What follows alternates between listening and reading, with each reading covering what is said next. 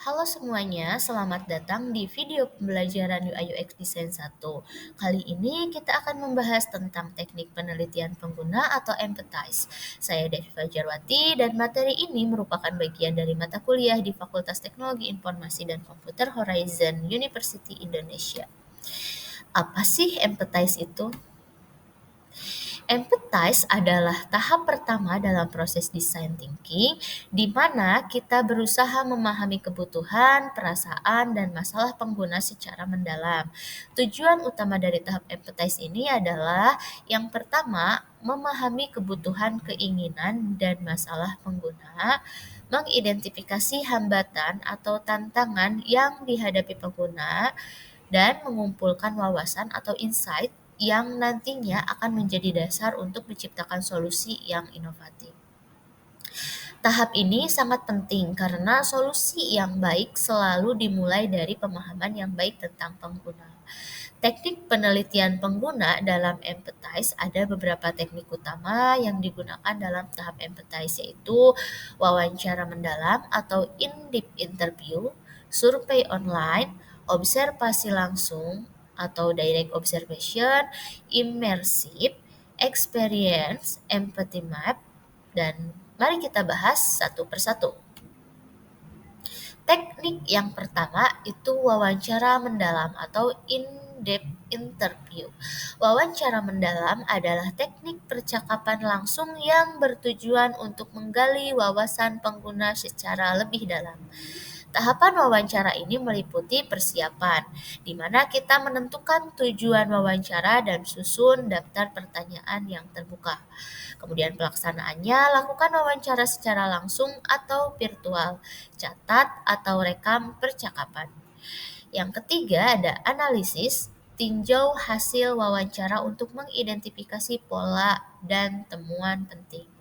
Contohnya, melakukan wawancara dengan mahasiswa tentang pengalaman mereka saat menggunakan aplikasi makanan online. Tools yang dapat digunakan yaitu bisa melalui Zoom atau Google Meet untuk wawancara online atau Otter.ai untuk transkripsi otomatis. Teknik yang kedua ada survei online. Survei online adalah metode pengumpulan data kuantitatif menggunakan formulir digital. Teknik ini cocok untuk menjangkau banyak responden dalam waktu singkat.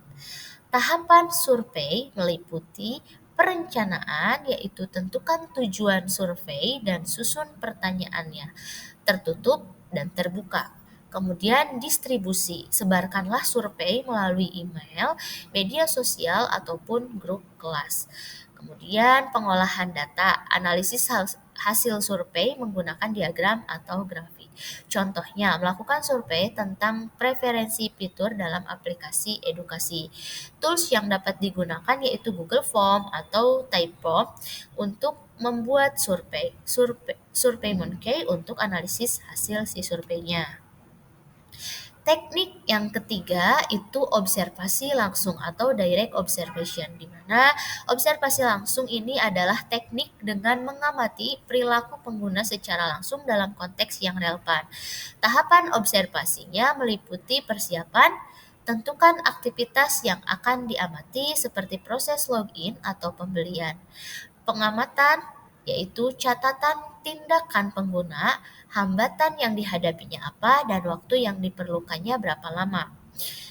Lakukanlah analisis, ringkas temuan dalam bentuk pola perilaku atau masalah umum. Contohnya, kita bisa mengamati bagaimana pelanggan berinteraksi dengan aplikasi belanja online. Tools yang dapat digunakannya bisa berupa Miro untuk mencatat pola ataupun Figjam untuk kolaborasi hasil observasi bersama tim. Teknik yang keempat itu immersive experience atau eh, ini adalah teknik yang dimana kita mengalami langsung situasi yang dialami pengguna untuk memahami perasaan mereka. Contohnya, menjadi pelanggan dan mencoba sendiri memesan makanan melalui aplikasi yang sedang dikembangkan. Nah, teknik ini sangat efektif karena memungkinkan kita merasakan langsung kesulitan yang mungkin dialami pengguna, sehingga dapat memberikan perspektif yang lebih mendalam. Teknik yang kelima, kita bisa melakukan empathy map. Empathy map adalah alat visual yang digunakan untuk memetakan wawasan tentang pengguna berdasarkan 4 aspek utama, yaitu say, apa yang mereka katakan, komentar atau pendapat pengguna, yang kedua think, apa yang mereka pikirkan, pikiran atau kekhawatiran si pengguna, kemudian yang ketiga ada do, apa yang mereka lakukan atau tindakan, kebiasaan si pengguna, dan yang ke berapa ya? Yang keempat, apa yang mereka rasakan, itu emosi yang muncul saat menggunakan produk. Contohnya, say, aplikasi ini susah digunakan. Kemudian untuk contoh think, harusnya ada nih tutorial. Contoh do, berhenti menggunakan aplikasi. Rasakan, pengguna merasa bingung dan kecewa. Dengan empathy map, kita bisa mendapatkan gambaran menyeluruh tentang pengalaman pengguna yang menjadi dasar untuk dirancang solusi yang tepat. Saat melakukan penelitian pengguna, ada beberapa kesalahan umum yang harus dihindari.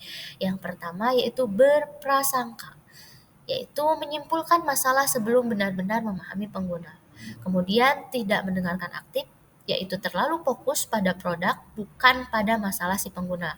Dan yang ketiga itu mengabaikan emosi, hanya melihat masalah secara teknis tanpa memahami emosi yang dirasakan oleh si pengguna. Hindari kesalahan-kesalahan ini agar hasil penelitian lebih valid dan benar-benar mewakili kebutuhan penggunanya.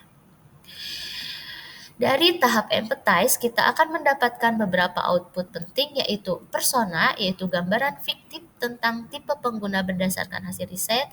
Kemudian empathy map, visualisasi wawasan pengguna berdasarkan apa yang mereka katakan, pikirkan, lakukan, dan rasakan. Dan tentunya kita mendapat insight, yaitu penemuan penting yang akan memandu proses ideasi dalam tahap berikutnya. Itulah pembahasan tentang teknik penelitian pengguna atau empathize dalam proses design thinking. Dengan memahami kebutuhan, masalah, dan perasaan pengguna secara mendalam, kita dapat menciptakan solusi yang benar-benar relevan dan efektif. Terima kasih sudah menyimak. Sampai jumpa di materi berikutnya.